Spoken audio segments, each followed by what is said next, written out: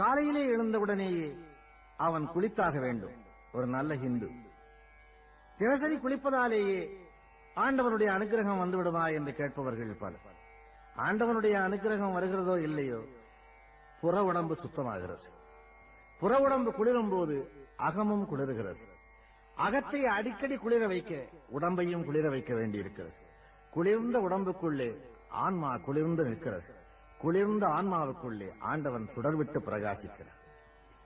நெற்றியிலே ஏன் விபூதி பூச வேண்டும் அல்லது திருமண் இட வேண்டும்? திருநீரு அல்லது திருமண் எதற்கு?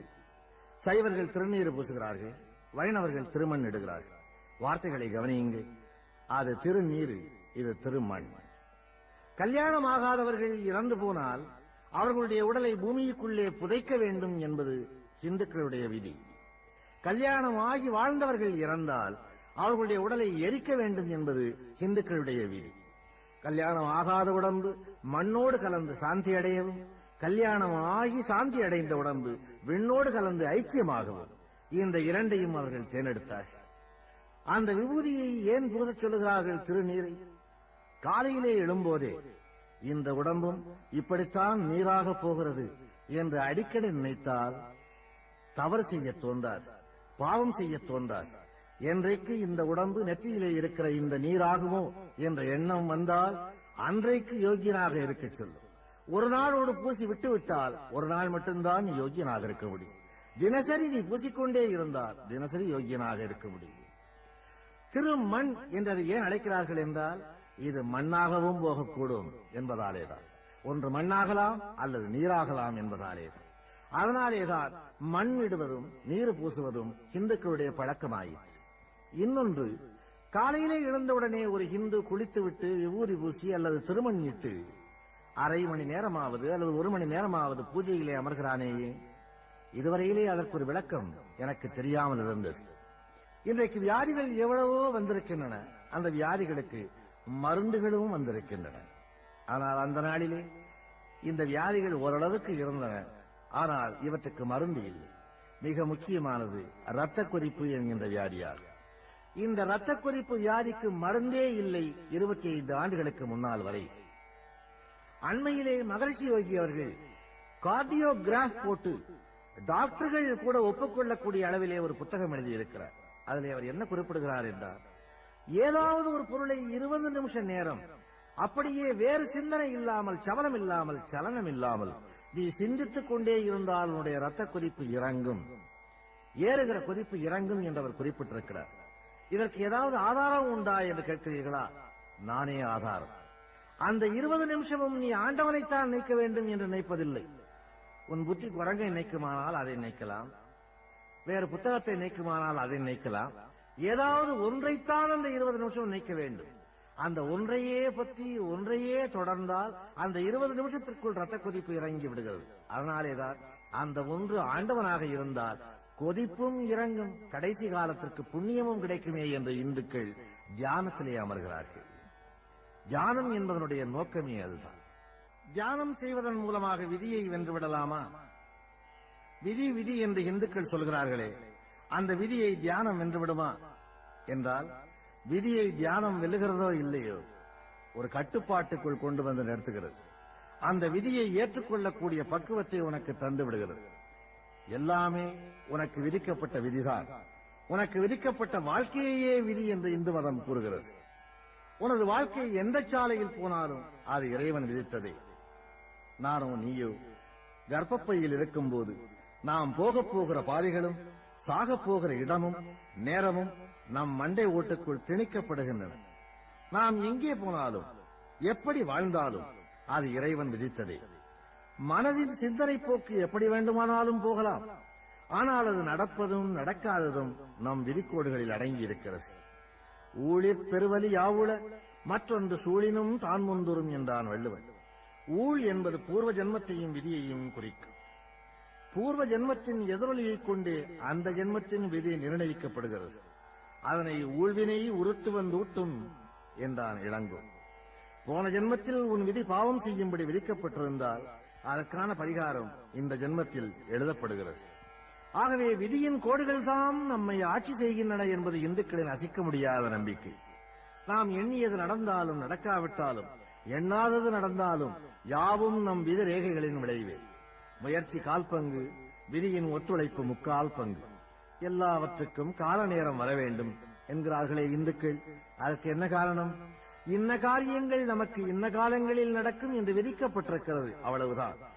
நினைவுகளின் மயக்கத்தை விதி ஒழுங்குபடுத்துகிறது. 2வது உலக யுத்தத்தின் போது ஹிட்லருக்கு இருந்த வசதியும் ஆயுத பெருக்கமும் வேறு எந்த நாட்டிலும் இல்லை. ஒரே நாளில் போலந்தை பிடித்தார். வெறும் மிரட்டலிலேயே செக்கோஸ்லோவேக்கியாவை பிடித்தார். குண்டு போடாமலேயே பிரான்சை பிடித்தார். அவன் விரும்பியிருந்தால் ஐரோப்பாவையும் 6 நாட்களிலேயே பிடித்திருக்கலாம். வெறும் வாய்வேட்டுக்களையே விட்டுக் கொண்டிருந்த எதிரிகளை அவன் கனடாவுக்கு துரத்தி அடித்திருக்கலாம். அகில ஐரோப்பாவையும் பிடித்துவிட்டால் உலகத்தில் ஐரோப்பிய நாடுகளுக்கு காலனிகளாக இருந்த ஆசிய, ஆப்பிரிக்க, அரேபிய நாடுகள் அத்தனையும் குண்டு போடாமலேயே அவன் கைக்கு வந்திருக்கும். அமெரிக்கா, சோவியத் யூனியன் இரண்டையும் தவிர மீதி உலகம் அவன் கைக்குள் விழுந்திருக்கும். இது சுலபமாக நடந்திருக்கக்கூடியது. ஆனால் விதி ஹிட்லரின் ஆணவத்தை ஆட்சி புரிந்தது. பிரிட்டனை கோழிக்குஞ்சு என்றவன் கேலி செய்துவிட்டு யானையை சாப்பிட்டால்தான் என் பசி அடங்கும் என்று சோவியத் யூனியனுக்குள் நுழைந்தான். அவனது சவக்குழி அங்கேதான் தோண்டப்படுகிறது என்று விதி சிரித்தது. சோவியத் யூனியனின் பருவகாலத்தில் அவன் சிக்கி சிக்கி இழுபட அமெரிக்காவும் பிரிட்டனும் தங்களை தயார் செய்து கொண்டு விட்டன. எச்சரிக்கையாக இருந்திருந்தால் உலகத்தையே ஆண்டிருக்கக்கூடிய ஹிட்லர் தன் பிணத்தை கூட பிறர் பார்க்க முடியாதபடி இறந்து போனான். உலக வரலாறுகளை கூர்ந்து கவனியுங்கள். விதியை மரியால் வெல்லலாம் என்று சில பேர் பேசுவது உண்டு. வெல்லலாம். அப்படி நீ வென்றுவிட்டால் இப்படி போனா போயிட்டே இருக்கு. நான் இன்னும் சொன்ன நேரத்தை முடிச்சாகணும்.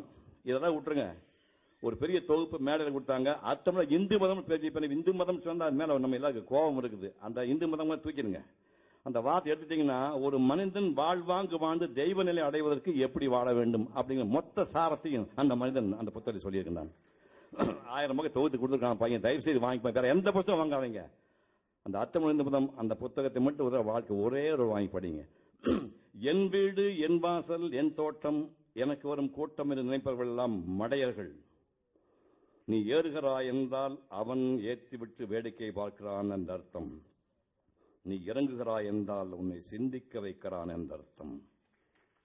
உனது பெருமை கடவுளின் மகிமை, உனது சிறுமை கடவுள் உனக்கு தரும் அடக்கம். எப்போது நீ நினைத்தது நடக்கவில்லையோ அப்போது உனக்கு மேலே ஒன்று வேலை செய்கிறது என்ற அர்த்தம். அதற்கு பெயர்தான் விதி. வீரன் வெற்றி பெற்றால் வீரத்தால் விளைந்தது, கோழை தோல்வியுற்றால் கோழைத்தனத்தால் வந்தது. வீரன் தோல்வியுற்றாலோ கோழை வெற்றி பெற்றாலோ விதியின் பிரவாகம். எடுத்து வைக்கிற அடியெல்லாம் வழுக்குது. என்ன செய்வது? நின்று விடு. முடிவை கடவுளத்திலே விட்டுவிடு. அவன் மீது நம்பிக்கை இல்லை என்றால் காலத்திடம் விட்டுவிடு.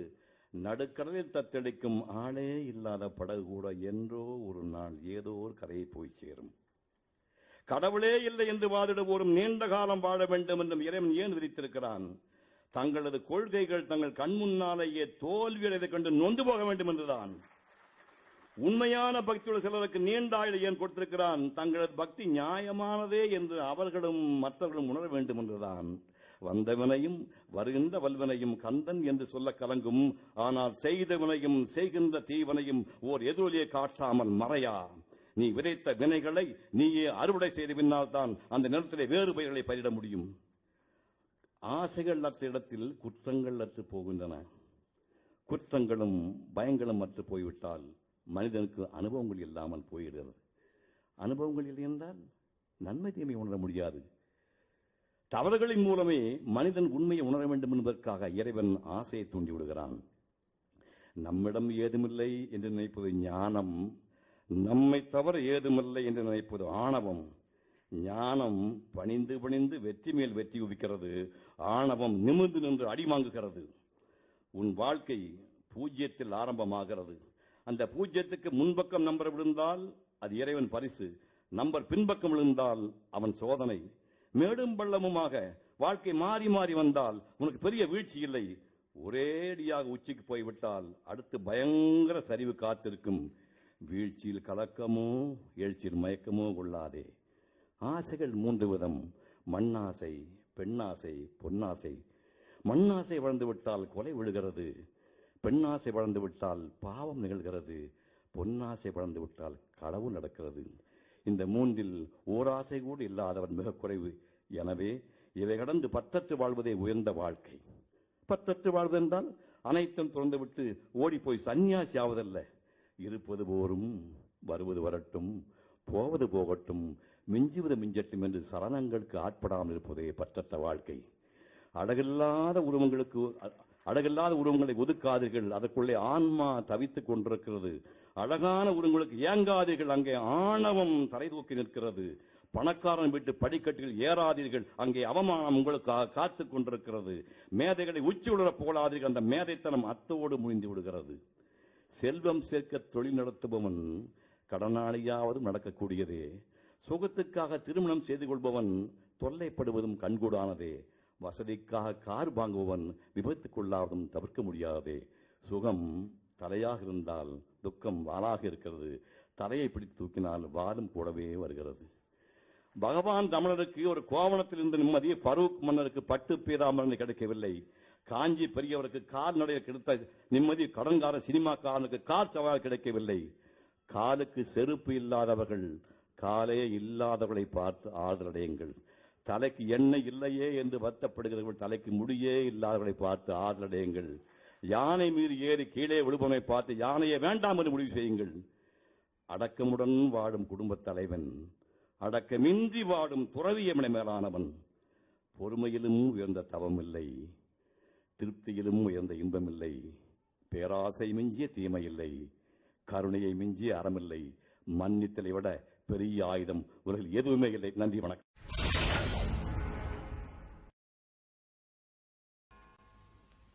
இந்தியாவில் ஜாதிகள். ஒரு சராசரி இந்துவோ ஏன் ஒரு சராசரி அமெரிக்கனுமே இந்திய கிராமங்களை பற்றி யார் பேசினாலும் பேரானந்தத்தில் திளைக்கிறான். அவன் அதை ஒரு லட்சிய சமுதாயமாக கருதுவதால் அங்கு நிலவும் உண்மையான நிலையை உங்கள் முன் எடுத்து விளக்குவது நல்லது என்று நான் கருதுகிறேன். இந்திய கிராம சமுதாயத்தில் ஏற்றத்தாழ்வுகள் மிக அதிகம். அங்கு இரு பெரும் பிரிவுகள் உண்டு. ஒன்று உயர்ந்த ஜாதியினர், மற்றொன்று தீண்டத்தகாதவர்கள். உயர்ந்த ஜாதியினர் அங்கு ஆளும் வர்க்கமாகவும் செல்வந்தர்களாகவும் வாழ, தீண்டத்தகாதவர்களோ அவர்களுக்கு அடிமையாக வாழ்கின்றனர். இந்த நிலை பிறப்பிலேயே அமைந்து விடுவதால் அதிலிருந்து யாரும் தப்ப முடியாது. இந்து அல்லாத மற்ற மதத்தாரிடமும் இந்த ஜாதி அநீதி இருக்கிறதா? எஸ். எங்கள் இந்துக்கள் இந்த கொடிய விஷயத்தை மற்றவரிடமும் பரப்பி இருக்கிறார்கள். ஜாதி என்ற பேய் தலைவிரித்தாடும் நிலம் எங்கள் இந்திய சமுதாயம் என்று கூறுவேன். நீங்க என்ன ஜாதி? மகார். இனி கட்டுரையை தொடர்ந்து படிக்கிறேன். Some say Hinduism, the religion of over 1 billion people, is the world's oldest religion. Hinduism, the religion of over 1 billion people, is the world's oldest religion and probably the most confusing one to non-Hindus. Some say it isn't even a religion, more a way of life. Hindus themselves call it the Sanatana Dharma, the eternal tradition. So, what is Hinduism? Does YOLO apply to them? And who is this elephant guy? Well, let's find out.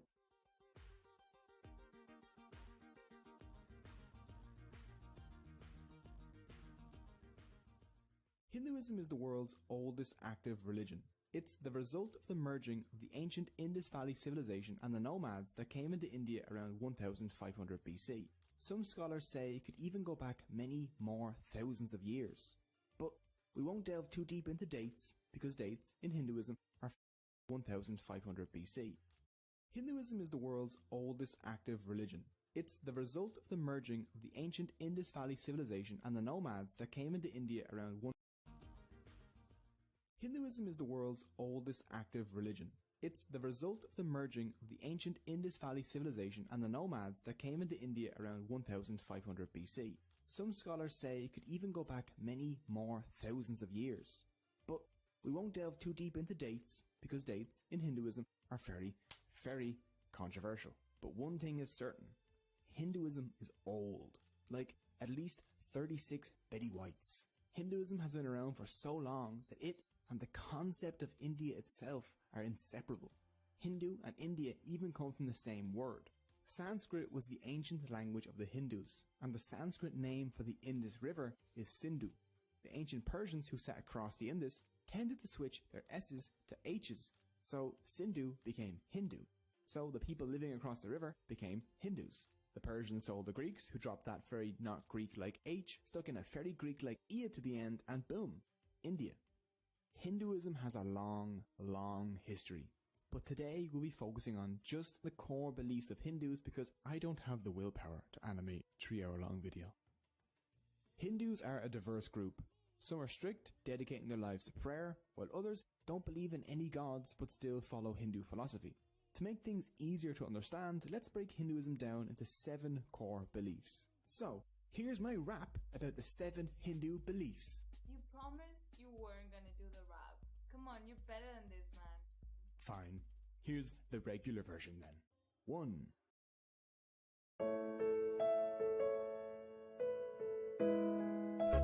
Subscribe to our YouTube channel, Direct to Biography, and press the bell icon to never miss an update. Hello guys, direct to biography YouTube channel में आप सबका स्वागत है। और आज मैं आपको बताऊंगा हमारे देश के नाम के बारे में कि कैसे उसका नाम भारत पड़ा, हिंदुस्तान पड़ा और फाइनली इंडिया पड़ा। हिंदुस्तान, अगर हिंदुस्तान को तोड़ो तो बनता है हिंदू प्लस स्थान, वो जगह जहाँ पे हिंदू धर्म के ही लोग रहते हो, है ना? नहीं, ये बिल्कुल गलत है। इन सब की शुरुआत होती है भारत नाम से। आप सभी को पता है कि अभिज्ञान शाकुंतलम कालिदास जी ने लिखी। उस बुक में उन्होंने जिक्र किया दुष्यंत और शकुंतला के बेटे का, जिसका नाम था भरत। उन्हीं के नाम पे आगे जाके हमारे देश का नाम भारत पड़ा। उसके बाद पर्शियंस हमारे देश में ट्रेड करने आते थे। जब भी पर्शियंस हमारे देश में आते थे तो उन्हें सिंधु रिवर मिलती थी, और इस रिवर के बारे में इंडियन ट्रेडर्स उन्हें बहुत बताते थे कि ये रिवर उनके लिए बहुत होली है, ये रिवर उन्हें बहुत बेनिफिट करती है। पर पर्शियंस की प्रॉब्लम थी उनकी लैंग्वेज और उनकी टंग, तो वो सिंधु रिवर को हिंदू हिंदू बोलने लग गए, और वहीं से ओरिजिनेट हुआ हिंदुस्तान का। उन्होंने हिंदुस्तान को बताया कि वो जगह जहाँ से हिंदू रिवर बहती है, जो कि एग्जैक्टली सिंधु थी, और यहाँ के रहने वाले लोग हिंदू, तो हिंदुस्तान का मतलब वो जगह जहाँ पे हिंदू रहते हैं। इस हिंदू में हिंदू, मुस्लिम, सिख, ईसाई हर धर्म के लोग आते थे। और ध्यान देने वाली बात यह है कि उस टाइम तक हिंदू धर्म आया नहीं था। हाँ, सनातन धर्म था जो आके जाके हिंदुज्म के नाम से फेमस हुआ।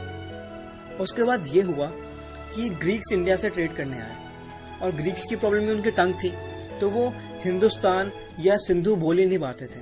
तो उन्होंने अपनी लैंग्वेज में से और रिफॉर्म करा और इसका नाम इंडो, इंडस और इंडिया कर दिया। और आगे जाके जब ब्रिटिशर्स इंडिया में आए तो इन्होंने उसे और रिफॉर्म करा, और फाइनली हमारे देश का नाम इंडिया पड़ गया। तो पहले भारत, फिर हिंदुस्तान, फिर इंडिया।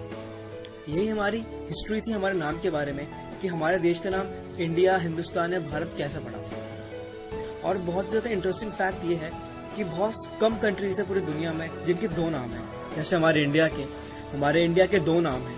पहला नाम ये है भारत, जो कि हिंदी में है, और दूसरा नाम इंडिया, जो कि इंग्लिश में है। यहाँ तक कि श्रीलंका ने भी अपने इंग्लिश नाम को ड्रॉप कर दिया था, जिसका नाम था साइलोन। वो आज भी अपना हिंदी नेम यूज करते हैं, श्रीलंका। तो यही कहानी थी हमारे नाम की, हमारे देश के नाम की। और उस टाइम भारत, इंडस या हिंदुस्तान का मतलब सिर्फ इंडिया नहीं हुआ करता था आज का। उस टाइम इसका मतलब था अखंड भारतवर्ष, जहाँ पे पाकिस्तान, अफगानिस्तान, हमारा भारत, हर सारी की बांग्लादेश, सारी कंट्रीज थे, जितने भी इंडियन सब कॉन्टिनेंट थे, सब भारतवर्ष का पार्ट थे। तो ये बहुत बहुत बहुत बड़ा नेशन था उस टाइम। तो यही स्टोरी थी इंडिया के नाम की। अगर आपको ये वीडियो अच्छी लगी हो तो इसे जरूर लाइक करें, इस वीडियो को जरूर शेयर करें, और इस चैनल को जरूर सब्सक्राइब करें।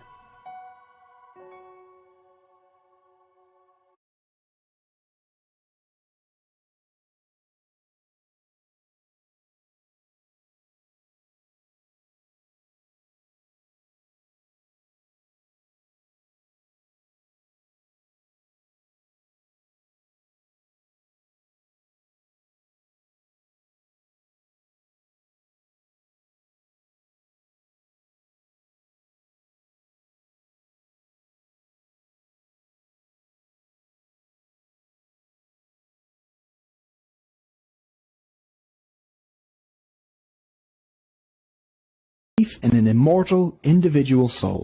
In Hinduism, souls are known as Atman. Actions of the soul while in a body have effects on that soul's next life. When you die, your soul moves to another new body. This is called transmigration. The kind of body the soul inhabits next is determined by karma. 3. Belief in karma. Karma is action, usually good or bad actions that affect society. For Hindus, karmic actions in the past affect us today, and our actions today affect our soul's future. 4. belief in moksha. The goal in Hindu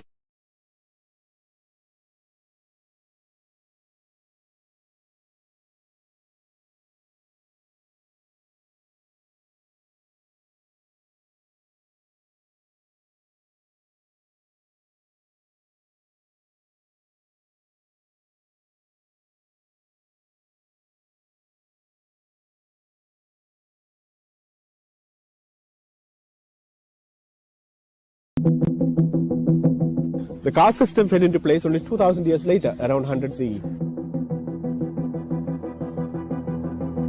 It has to be explained as a political development rather than a religious or a scriptural development.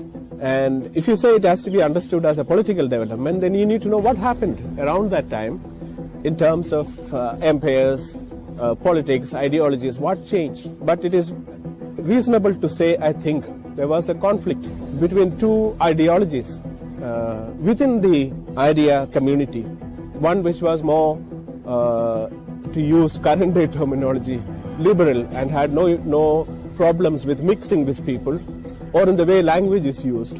And the other that was more conservative, again to use a modern terminology, and had strong views about mixing and wanted language to be used very conservatively. So I think in the contest between these two different approaches to how society ought to be organized, one of them prevailed around 100 CE. If you take a single village in India, the genetic difference within that village is 2 to 3 times higher than the genetic difference between North Europeans and South Europeans. So this is what caste system has done. It has increased because it has divided society. And if you want to see the original Tukde gang, you have to go back around 2000 years ago. Brahmanical patriarchy. Wait. No, not this. Is it something to do with Hinduism or caste? What is Brahmanical patriarchy? Take these two words separately. Brahmanical and patriarchy. One means a need to maintain caste purity in society. The other, a need to control women. Combine these two and you get a basic understanding of the term. According to a 1993 essay by Uma Chakravarti, B.R. Ambedkar proposed that Brahmanical patriarchy can be smashed is intercaste marriage. Yes, a woman's freedom to marry outside her caste ends the power wielded by upper castes to oppress and further maintain the caste system. So this is why most caste-based violence we hear about is about intercaste marriages, right? When a Dalit man marries an upper caste girl? Exactly. That's Brahmanical patriarchy for you. So if you now see boycott Twitter calls or just general outrage, pause. Explain to them what Brahmanical patriarchy means. It's not just an academic term. It's all around us. And maybe it's time we do need to smash it. Krishna examines like a psychologist. And he gives reasons for them. He says, such a hatred for the Atman residing in other bodies, Mamatma Parategeshu, the Atman residing in other bodies. Why a person develops hatred for that is because of Ahankara, ego, extreme ego, Balam, strength, because I have the power, I have the strength, Darpam, because I am vain, I am conceited. Then Krodham, vengeance, Kamam, lust. You take any Indian village where there is a dominant caste and where there is a marginalized caste. The relation between these two jatis, when it becomes negative, if a social psychologist is to go there and really study the phenomenon, then he or she would come to the decision that the reason for such abusive relationships between communities is not because one community belongs to the Aryan and another community belongs to the Dravidian, but it is because of these 5 psychological reasons. So, if we use actual இவ்விவாகம் முடிந்தால் அவளது பெற்றோர் அவமானத்தை சந்திப்பார்கள். அவர்கள் நிலை அதை பற்றி சிந்தித்தீர்களா?